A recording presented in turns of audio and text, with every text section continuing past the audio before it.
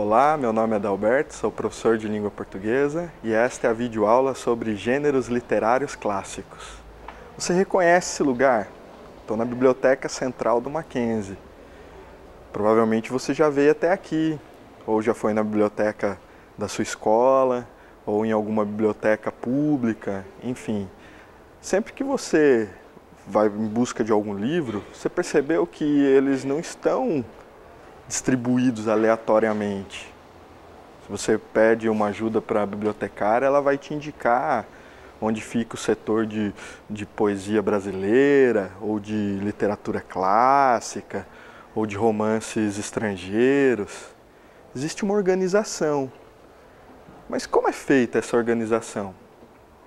Bom, para a gente entender a maneira como é organizado os livros, a gente pode pensar que existem gêneros, os gêneros literários, né? Tratando especificamente da literatura. São diversos os gêneros. Pensando nessa palavra gênero, veja bem, ela traz na sua definição a ideia de origem, de classe, de espécie, de geração. Existe uma infinidade de gêneros no qual as obras literárias se enquadram.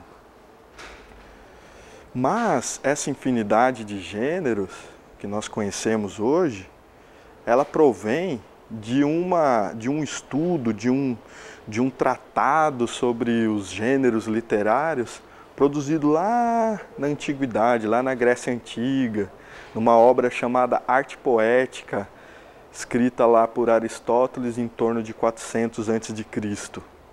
Nessa obra, Aristóteles define três grandes gêneros: o lírico,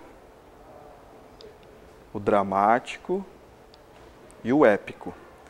É a partir desses três grandes gêneros que os gêneros literários que nós conhecemos hoje descendem.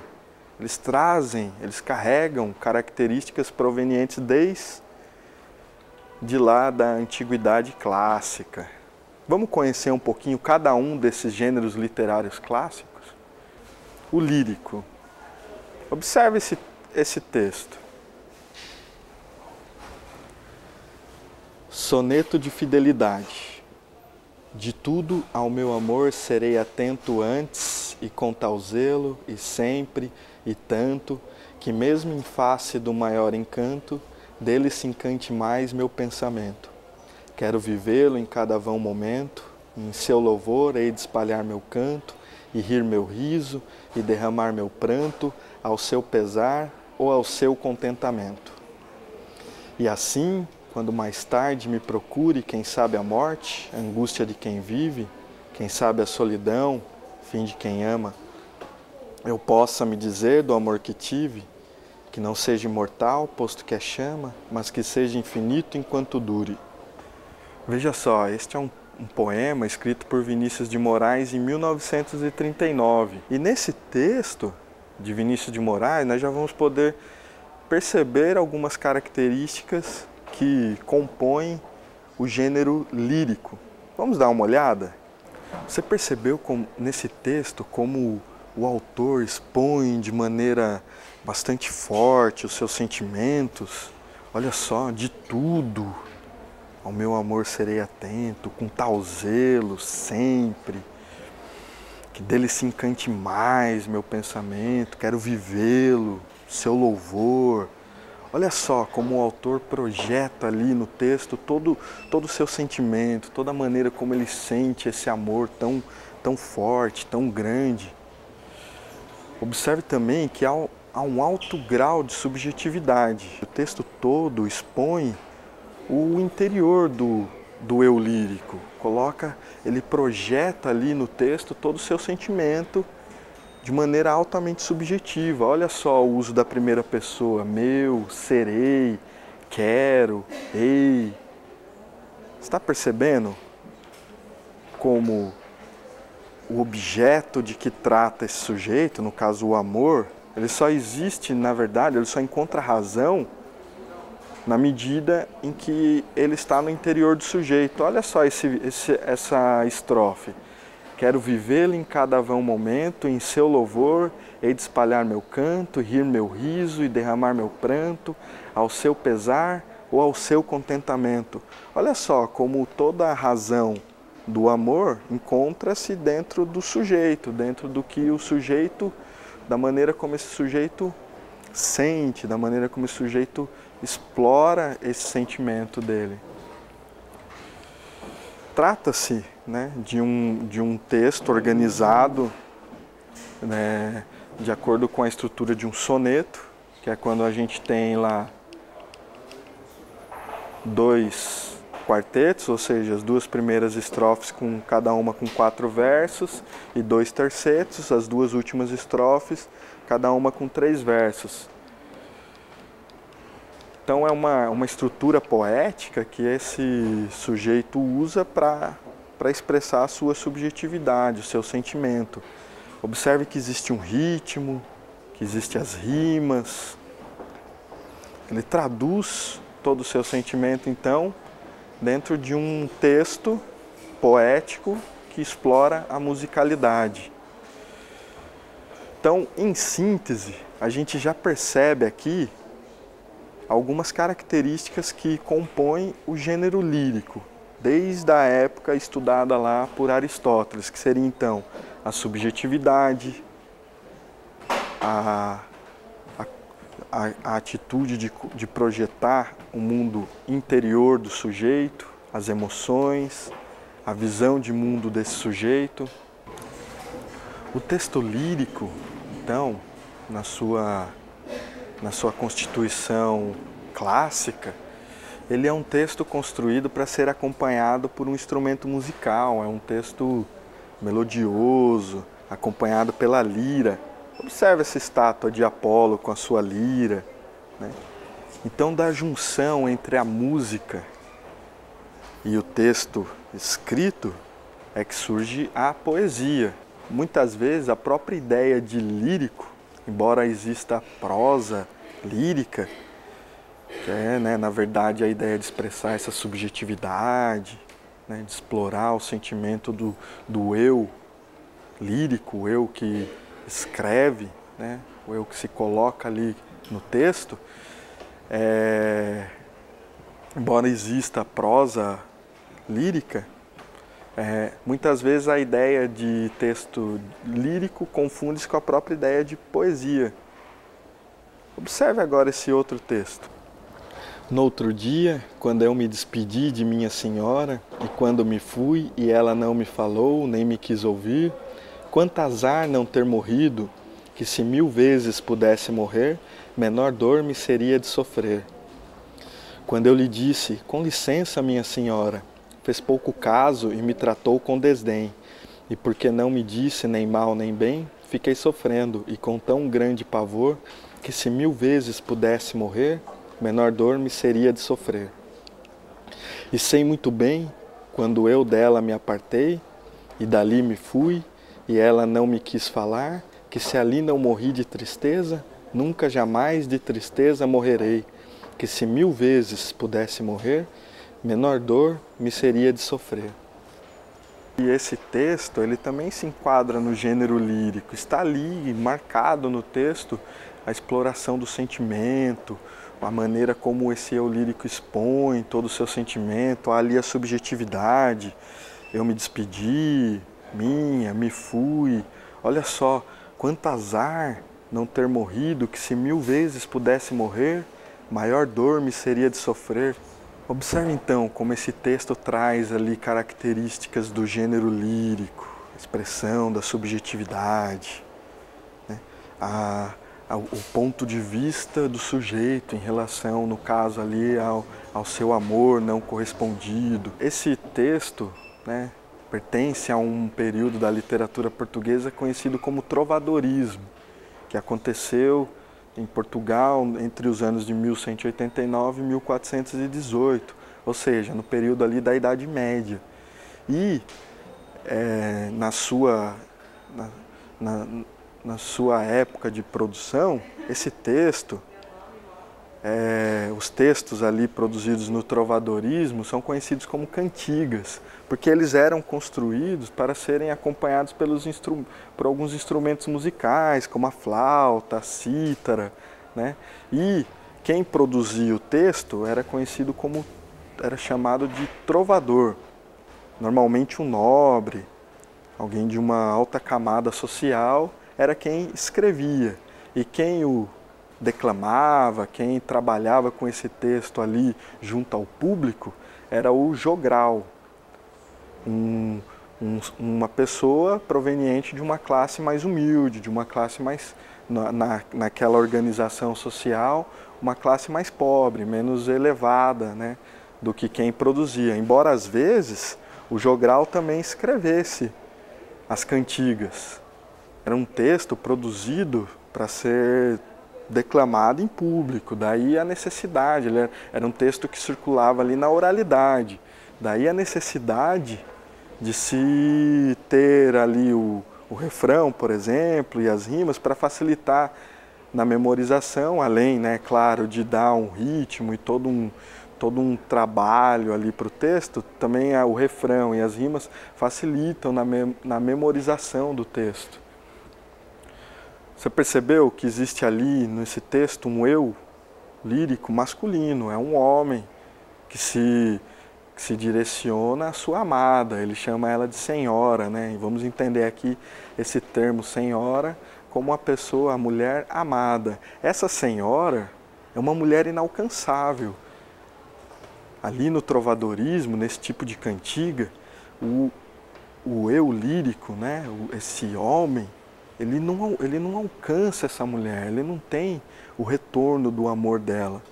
É um amor que expressa, na verdade, a coita. Veja só, essa palavra, coita, quer dizer o sofrimento, a dor, ele expressa ali toda a sua dor de amar e não ser correspondido. Esse jogo, né, que vai ter ali desse amor não correspondido é conhecido também como amor cortês, que existe ali todo um ritual, toda uma maneira de expressar esse amor para essa senhora. E esse amor cortês reflete, na verdade, o próprio sistema social da época, né? A gente lembrando lá que nesse período da Idade Média ali era o período dos feudos, em que havia os suzeranos e os vassalos, né? Os suzeranos, os donos da terra, que cediam ali o uso, né, da terra por meio de uma troca aos vassalos que contraíam ali nesse acordo uma espécie devia ali, na verdade, né, uma espécie de fidelidade ao seu vassalo, ou seja, uma espécie de fidelidade ao suzerano.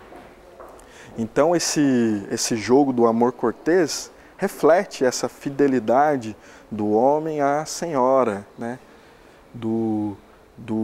A vassalagem amorosa, né? Ele se coloca ali na posição de um vassalo, oferecendo todo o seu sofrimento a essa senhora inalcançável. Há esse tipo de cantiga em que há ali uma voz masculina expressando todo o seu amor, toda a sua dor de um amor não correspondido, nós chamamos de cantiga de amor. Observe agora essa outra cantiga. Ai flores do verde pinheiro, se souberdes notícias do meu amigo, ai Deus, onde ele está? Ai flores do verde ramo, se souberdes notícias do meu amado, ai Deus, onde ele está? Se souberdes notícias do meu amigo, aquele que mentiu sobre o que tinha combinado comigo, ai Deus, onde ele está? Se souberdes notícias do meu amado, aquele que mentiu sobre o que me tinha jurado, ai Deus, onde ele está? Vós me perguntastes pelo vosso amigo, e eu bem vos digo que está são e vivo, ai Deus, onde ele está? Vós me perguntastes pelo vosso amado, e eu bem vos digo que está vivo e são, ai Deus, onde ele está? E eu bem vos digo que está são e vivo, e estará convosco quando o prazo terminar. Ai Deus, onde ele está? E eu bem vos digo que está vivo e são, e estará convosco quando o prazo chegar. Ai Deus, onde ele está? Você viu como nessa cantiga também existe ali toda a expressão de um sentimento, um amor, a procura pelo amado. Note que ela diz amigo, né? Onde está meu amigo? Mas, né? Vamos entender ali amigo como um namorado ou como a pessoa amada, enfim. Há ali toda uma expressão de sentimento também. Há também a expressão de uma subjetividade, né? Você percebeu também que existe ali o refrão, também é uma cantiga voltada para a oralidade, né? Acompanhada também dos instrumentos musicais. Há ali o paralelismo, ou seja, há estruturas que se repetem ao longo de todo o poema, né? De toda a cantiga. E o que a gente nota de diferente em relação àquela primeira cantiga, aquela cantiga de amor, é que aqui há uma voz feminina. Você percebeu? Que pela situação ali, a gente consegue perceber que é uma jovem camponesa, ela está ali num pinhal, ela confessa ali o seu amor, ela coloca ali a sua angústia de onde está esse meu amado, né? E então, pela situação, a gente percebe que se trata de uma jovem camponesa. O eu lírico feminino, então, é ali quem demonstra o seu sofrimento amoroso, né? Nós chamamos esse tipo quando o eu lírico feminino demonstra ali o seu sofrimento amoroso, é um amor confessional, né? É a jovem confessando o seu amor ali, pode ser algumas vezes ao mar, ou aos pássaros, ou à mãe, ou às amigas, né? Ela irá ali, nesse caso desse texto, ela confessa o seu amor ao pinhal, buscando respostas, né, de onde está esse meu amigo, esse meu amado. A cantiga de amor é então o eu lírico masculino demonstrando todo o seu sofrimento, a coita amorosa, a uma dama inalcançável, a uma senhora inalcançável. E na cantiga de amigo, a gente tem ali o eu lírico feminino confessando o seu amor, também por algum motivo, né? Ou porque o amigo partiu para alguma guerra, ou partiu em alguma viagem marítima, enfim, é o eu lírico feminino confessando seu amor a um amigo, que no caso namorado, também por algum motivo inalcançável, né? É muito importante a gente pensar aqui que, embora a cantiga de amigo seja, né, ali no texto um eu lírico feminino, quem vai escrever esse poema é um homem, é ainda o trovador, né? Então é importante a gente deixar clara aqui a ideia de que o eu lírico, por isso a gente usa o termo eu lírico, o eu do poema, não é equivalente ao sujeito de carne e osso.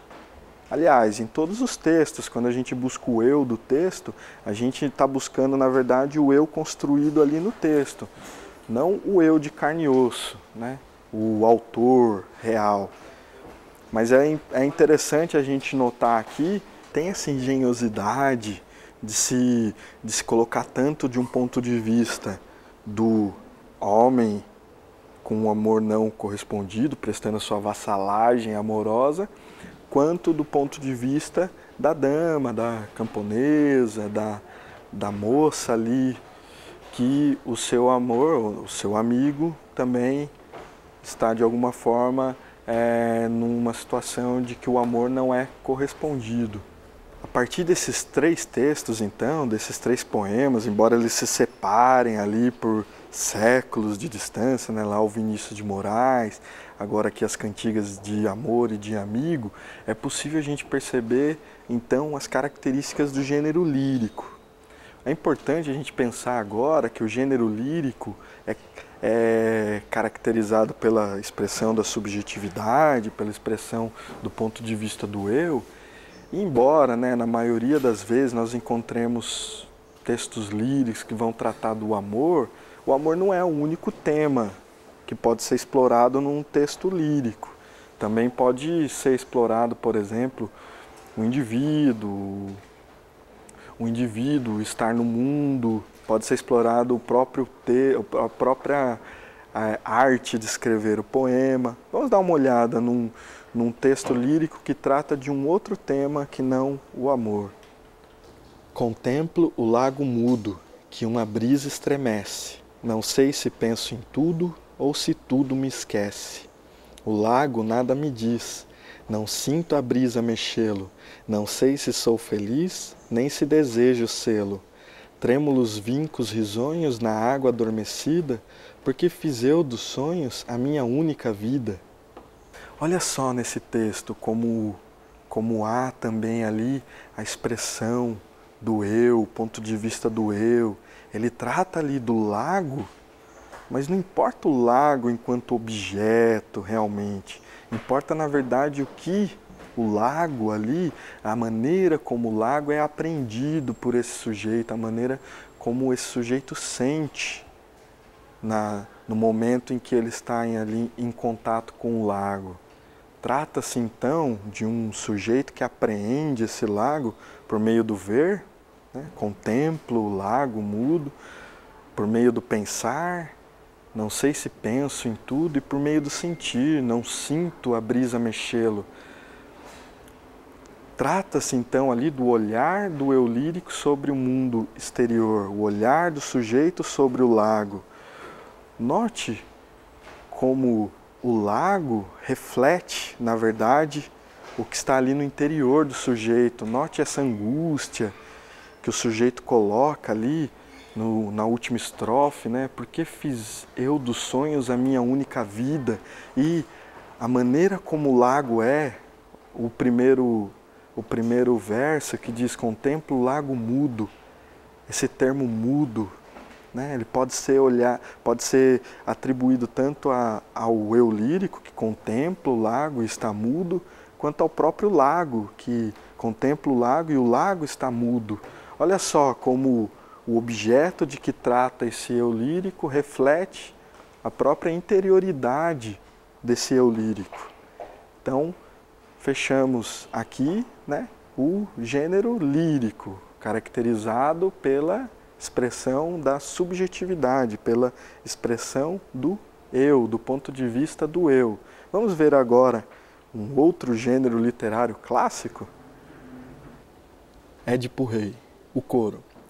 Acalmai-vos, ó príncipes, muito a propósito vem ter convosco a rainha Jocasta.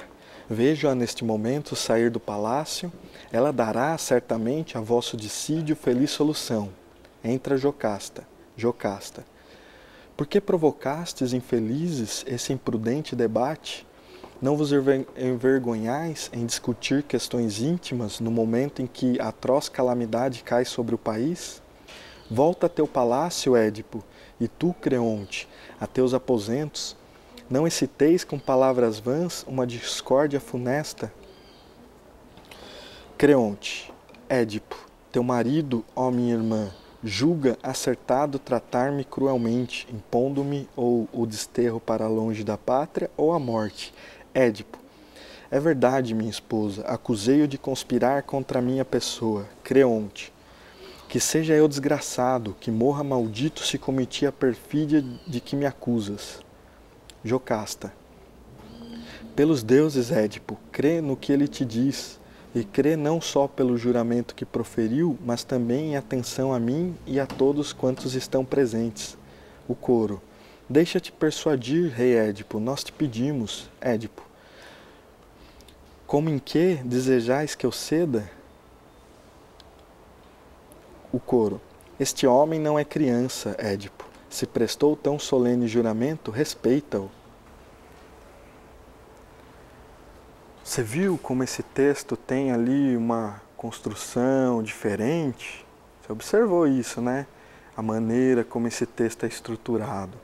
Esse texto trata-se da história, né, de Édipo Rei, e esse momento, esse episódio, antecede o clímax, antecede um momento crucial em que Édipo vai descobrir ali algo terrível sobre o seu passado e sobre o que está acontecendo ali.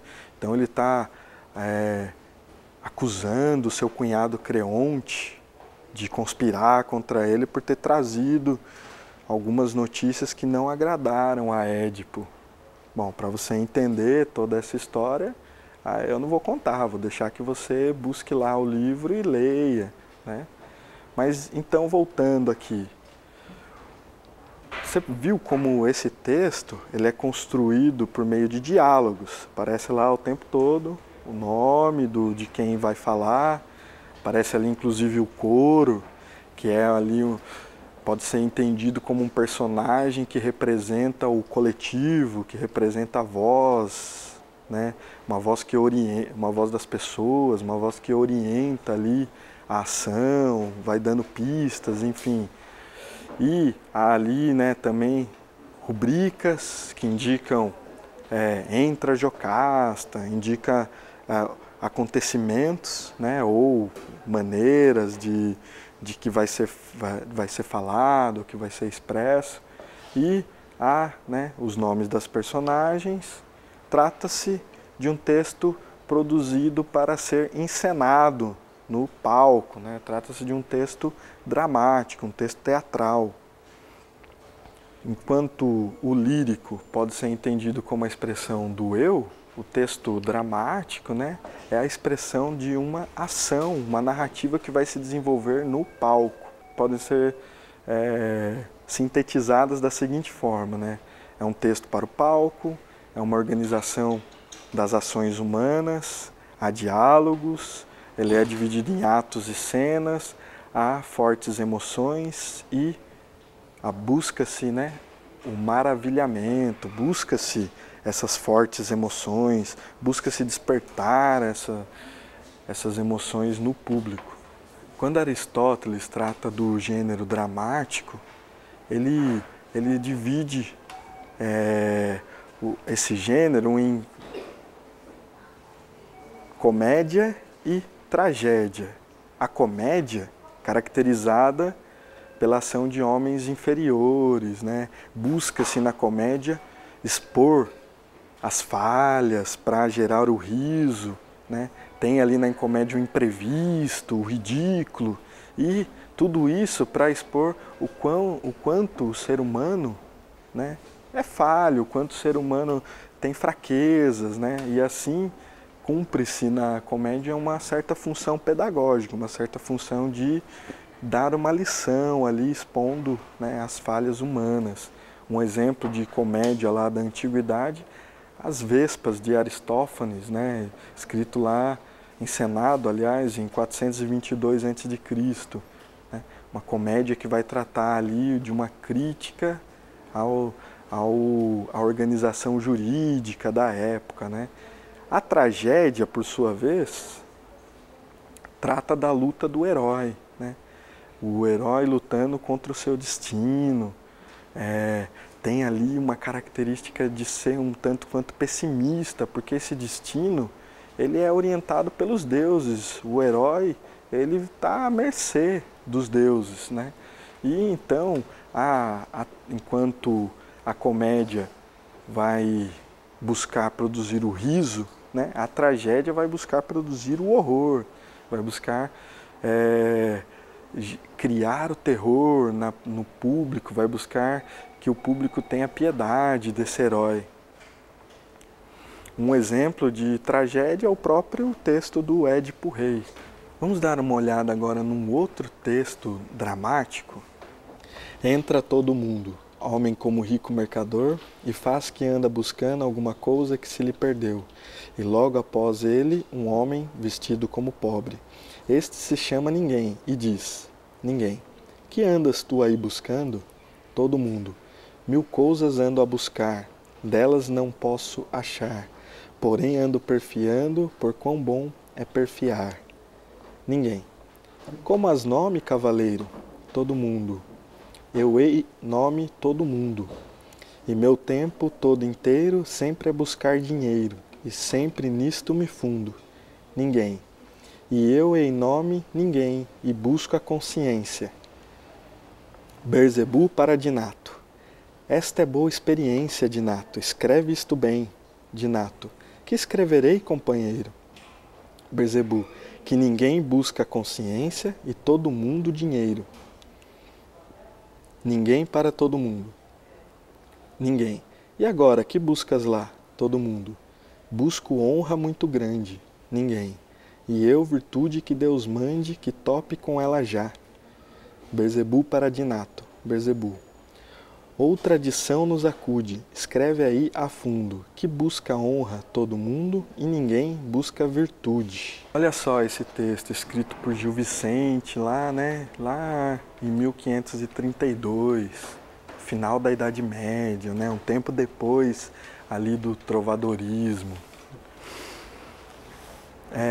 Note que nesse período o teatro, tal como instituído lá pelos gregos, né, com a tragédia, a comédia, ele de certa forma desaparece e acontece ali um teatro mais voltado para cunhos religiosos, né, os autos, auto de Natal, enfim, né, e o Gil Vicente vai trabalhar esse teatro chamado de teatro litúrgico, né, porque é voltado à igreja, ele vai trabalhar de uma maneira criativa, de uma maneira mais original.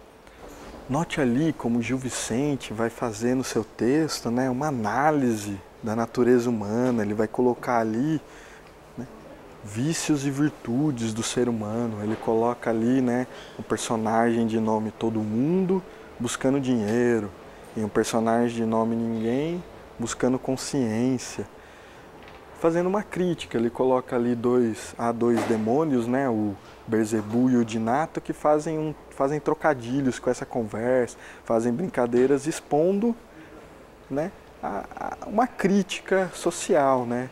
Esses personagens, na verdade, eles representam, eles são generalizações, eles representam ou instituições, ou sentimentos, ou características, né, dali da sociedade da época. Por exemplo, né, o próprio Todo Mundo, representando a maioria das pessoas, e Ninguém, representando ali um ideal de pessoas que não busca aqueles valores mais. Há esses personagens ali do teatro de Gil Vicente, nós chamamos de alegorias, no caso de personagens que representam instituições, né, que personificam ideias, como por exemplo a gente vai encontrar em outros textos a luxúria, a avareza, o trabalho, a comunhão, o tempo, a sabedoria, a igreja, a esperança, o pecado. Há também os personagens tipos, que representam ali classes sociais ou psicológicas da época, como por exemplo o cigano, o juiz, o sapateiro, o velho, o judeu, o camponês, a moça casamenteira, o fidalgo, o marido traído, o parvo, enfim. Um outro texto bastante conhecido do Gil Vicente, bastante rico pela maneira como é construído, é o Alto da Barca do Inferno. Nesse texto a gente vai encontrar ali, num porto, esses personagens, né, o fidalgo, o parvo, o onzeneiro, o sapateiro, o frade, a amante do frade, alcoviteiro, o judeu, o corregedor, o procurador, o enforcado e os cavaleiros. Eles vão estar ali num porto, onde vão ter duas barcas, né, uma barca do anjo e uma barca do diabo. E, né, como eles estão mortos, eles vão ter que ver, né, todos querem ir para o paraíso, claro, mas eles vão ter que passar ali por um momento de uma espécie de julgamento em que vai ser definido para qual barca eles vão. E nesse alto, Gil Vicente vai expor ali de maneira magnífica as fraquezas e vai fazer uma crítica à sociedade, expondo ali sujeitos, né, personagens tipos, representando ali as classes sociais da época, que mesmo após morrerem, levam com eles, né, as características estereotipadas até daqueles sujeitos, né, daqueles tipos sociais. Tenho certeza que você já deve ter ouvido falar o Alto da Compadecida, de Ariano Suassuna, em que também vão ter ali personagens, né, em que principalmente aqueles personagens mais humildes e mais simples conseguem, né, alcançar a sua salvação, digamos assim. Bom, fechamos então nesse ponto aqui o gênero dramático. Olhamos então como ele foi trabalhado lá no Édipo Rei, né, um exemplo de um texto dramático clássico. Vimos depois como ele foi trabalhado agora, né, no teatro de Gil Vicente, lá no final da Idade Média. Vamos ver agora um outro gênero literário estudado por Aristóteles? Vamos ver agora então o gênero épico.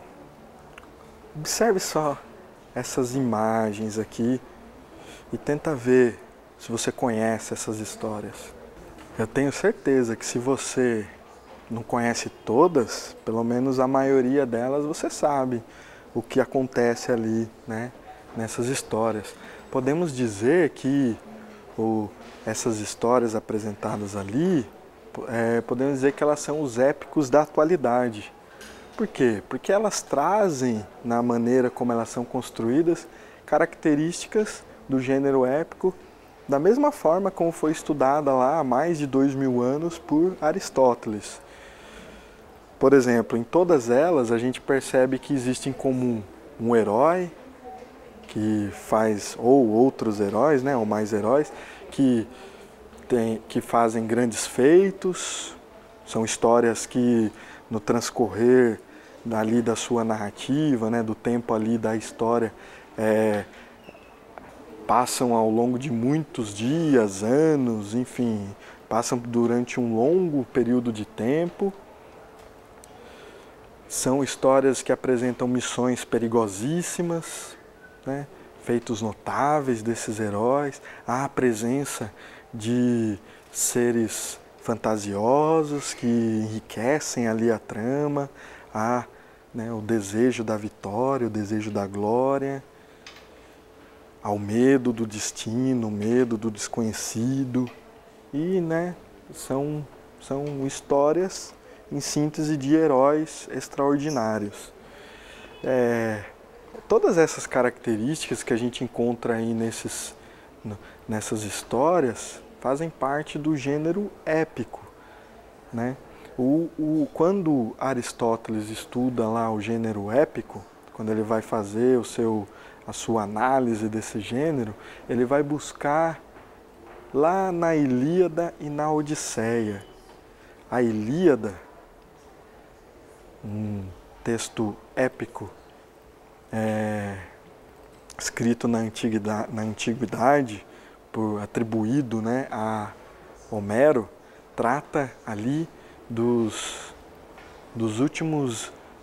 último ano da Guerra de Troia. A história centra-se ali na ira de Aquiles, que se desentendeu com o comandante Agamenon por causa das prendas de guerra, e daí o maior herói grego se retira, né, do combate, e os gregos começam a perder, começam a sofrer grandes perdas, né, muitas mortes acontecem. Agamenon, né, e os outros insistem para que Aquiles volta, até que o seu companheiro Patroclo veste sua armadura e vai lutar lá em seu lugar e morre.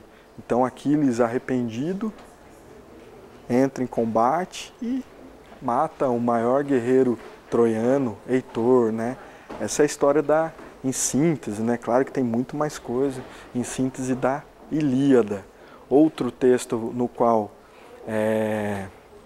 Aristóteles se baseia para para construir o seu estudo é a Odisseia. A Odisseia, em certa medida, dá continuidade ao que aconteceu ali na Ilíada, pois vai narrar a história de Ulisses, um guerreiro grego que combateu ali na Guerra de Troia e agora está retornando para sua casa, né, em Ítaque, onde ele é o rei, e sua casa está lá, sua mulher está sendo cortejada por vários pretendentes que estão gastando toda a sua riqueza, né? O negócio lá está muito ruim e Ulisses enfrenta vários perigos, passa por vários locais e encontra vários seres perigosíssimos até chegar à sua casa em Ítaca, quando ele se disfarça de mendigo, né? Enverga lá o seu arco que ninguém conseguia, né? Extermina todos os pretendentes e traz de volta ali a paz e vive com a sua família no seu reino. Esses são os dois grandes épicos da antiguidade. Há esses textos épicos, né? Eles são escritos em versos, né? São milhares de versos, nós chamamos de epopeias. E, né, além dessas duas grandes epopeias, esses dois grandes poemas épicos, existe também um outro, aqui considerado um grande épico ocidental também, juntamente com eles, chamado de Eneida, escrito tempos depois por Virgílio, que se inspira lá na Odisseia e na Ilíada e constrói a história de um herói, Enéas, que também lutou lá na Guerra de Troia e depois de ver ele era um troiano, depois de ver a sua cidade destruída, parte em busca do seu destino, que é construir uma nova cidade, enfrenta diversos perigos até que ele chega, né, ele chega nas margens lá do rio Tibre, encontra o rei do local, Latino, casa com a filha de Latino e, né, após a morte do rei, se torna o rei e a partir da sua linhagem surge Roma, né, os fundadores de Roma. Então na Eneida vai tratar da aventura de um herói que saiu lá da Guerra de Troia para fundar a cidade de Roma e o grande Império Romano. São esses os três grandes épicos, né, épicos ocidentais da antiguidade. Porém, existe um épico em língua portuguesa chamado Os Lusíadas, que é tão grande quanto, né, um texto considerado um patrimônio da língua portuguesa. Vamos conhecer um pouquinho desse épico Os Lusíadas, escrito por Luís de Camões? As armas e os barões assinalados, que da ocidental praia lusitana, por mares nunca dantes navegados, passaram ainda além da Taprobana, e em perigos e guerras esforçados, mais do que prometia a força humana, entre gente remota edificaram novo reino que tanto sublimaram, e também as memórias gloriosas daqueles reis que foram dilatando a fé, o império e as terras viciosas de África e de Ásia andaram devastando, e aqueles que por obras valerosas se vão da lei da morte libertando, cantando espalharei por toda parte, se a tanto me ajudar o engenho e arte. Cessem do sábio grego e do troiano as navegações grandes que fizeram, cale-se de Alexandre e de Trajano a fama das vitórias que tiveram, que eu canto o peito ilustre lusitano, a quem Netuno e Marte obedeceram, cesse tudo o que a musa antiga canta, que outro valor mais alto se alevanta. Olha só como esse texto é construído, como o poeta exalta todas essas pessoas, né, que por mares nunca dantes navegados. mais do que prometia a força humana. Olha só como eles estão além da força humana, explorando, né, o desconhecido. Essas estrofes iniciais tratam-se da proposição, elas vão mostrar a que, né, o poeta se propõe ao escrever ali os Lusíadas, né? Na história a gente vai encontrar, na verdade, a trajetória de Vasco da Gama até as Índias. E no desenrolar dessa viagem vão acontecer inúmeras aventuras, inúmeras coisas, e todas vão ali exaltar essas pessoas, esse povo que se dispõe a mostrar toda a sua força, além da força humana, e, né, toda a sua coragem. Olha só que tudo isso, né, daqueles reis que foram dilatando o império, aqueles que por obras valerosas se vão da lei da morte libertando, ou seja, por serem tão valorosos nas suas obras, nos seus feitos, eles se tornam imortais, né, imortalizados, nunca serão esquecidos. E como o poeta diz ali nesses 2 últimos versos, que é a tudo isso que ele se propõe: cantando espalharei por toda parte, se a tanto me ajudar, engenho e arte. Então ele vai cantar tudo aquilo que ele disse nos primeiros versos. No texto Os Lusíadas, é construído ali um herói que difere um pouco lá dos épicos clássicos, como a Ilíada e a Odisseia, né? Porque é construído aqui um herói coletivo. Quem é o herói dos Lusíadas? É todo o povo português. Não existe um herói específico, na verdade é todo o povo. Observe também como Camões, né, ao escrever esse texto, se inspira também lá na Antiguidade Clássica. A gente pode ver aqui que o eu lírico diz: cessem do sábio grego e do troiano. O sábio grego, Ulisses, lá da Odisseia, e o troiano, Enéas, lá da Eneida. Por que cessem deles, né? Ao mesmo tempo que ele traz esses heróis para dentro do seu texto, ele está ali fazendo, né, de certa forma, uma valorização da Antiguidade Clássica, mas ao mesmo tempo ele diz para cessar. Por quê? A gente encontra essa resposta ali nos últimos versos, né? Que eu canto o peito ilustre lusitano, que outro valor mais alto se levanta, né? Ou seja, cessa ali, porque agora levanta-se um valor maior, que é do povo lusitano, dos portugueses. Nessa introdução, então, né, na proposição desse texto, nós já encontramos lá características tanto do gênero épico quanto da própria epopeia, que é os Lusíadas. Uma outra passagem bastante importante nesse texto é o episódio do gigante Adamastor. Vamos dar uma olhadinha? Porém, já 5 sóis eram passados, que dali nós partíramos, cortando os mares nunca de outrem navegados, prosperamente os ventos assoprando, quando à noite, estando descuidados, na cortadora proa vigiando, a nuvem que os ares escurece, sobre nossas cabeças aparece. Olha só, esses bravos navegantes estão ali já, né, há 5 sóis, há muitos dias, né? Nota como a epopeia tem essa característica do transcorrer de um período de tempo bastante longo, né?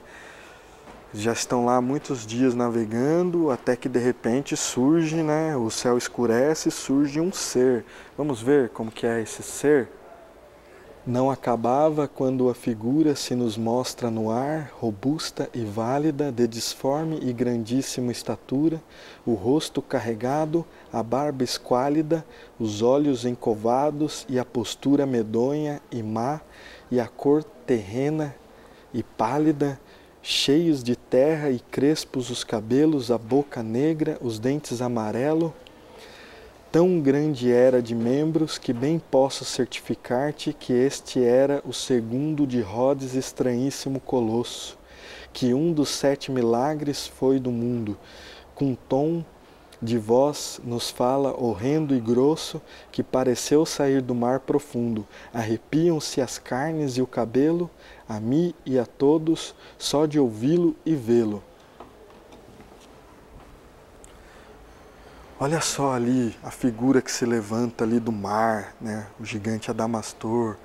Olha só a presença do fantasioso, do mítico, enriquecendo a narrativa, enriquecendo a obra, né? E olha só o que despertou nos navegantes, arrepio de medo, de terror. Tudo isso, né, é colocado ali, construindo essa ideia mesmo da valentia desses bravos navegantes que enfrentam o destino, enfrentam o perigo, que ultrapassam, né, seres horrendos e perigosíssimos em busca do quê? De desbravar, de conhecer mares, né, como diz lá, mares nunca dantes navegados, de chegar onde ninguém havia chegado. O que vai acontecer? Vamos dar uma olhada?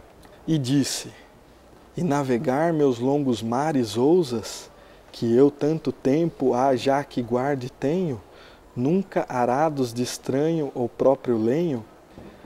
Pois vens ver os segredos escondidos da natureza e do úmido elemento, a nenhum grande humano concedidos.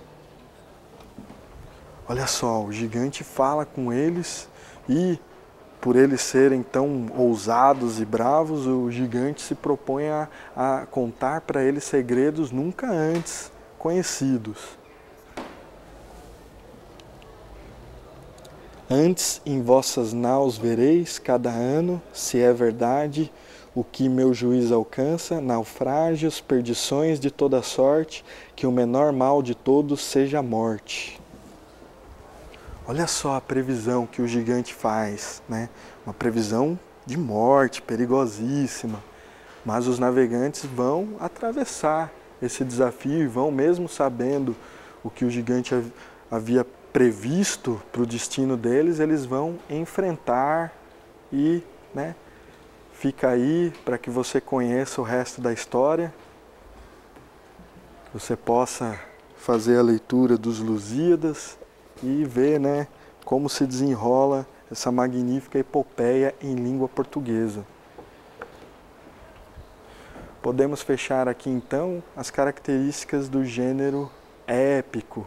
Então fechamos o gênero épico, podendo dizer que ele traz lá, né, feitos heróicos, traz a presença do fantasioso, do mitológico, um transcorrer de tempo maior, né, bem grande. Na antiguidade são as epopeias. Podemos dizer que hoje existem os épicos modernos, né, como a gente pode ver em filmes e mesmo em livros. Lembrando que a partir da epopeia, que são as narrativas fantásticas e heróicas, é que se deu a origem ao gênero que nós conhecemos muito hoje, o romance, né? Esses gêneros narrativos, como o romance, o conto, se originam da epopeia, né? Do gênero épico. Eu fico por aqui e até a próxima.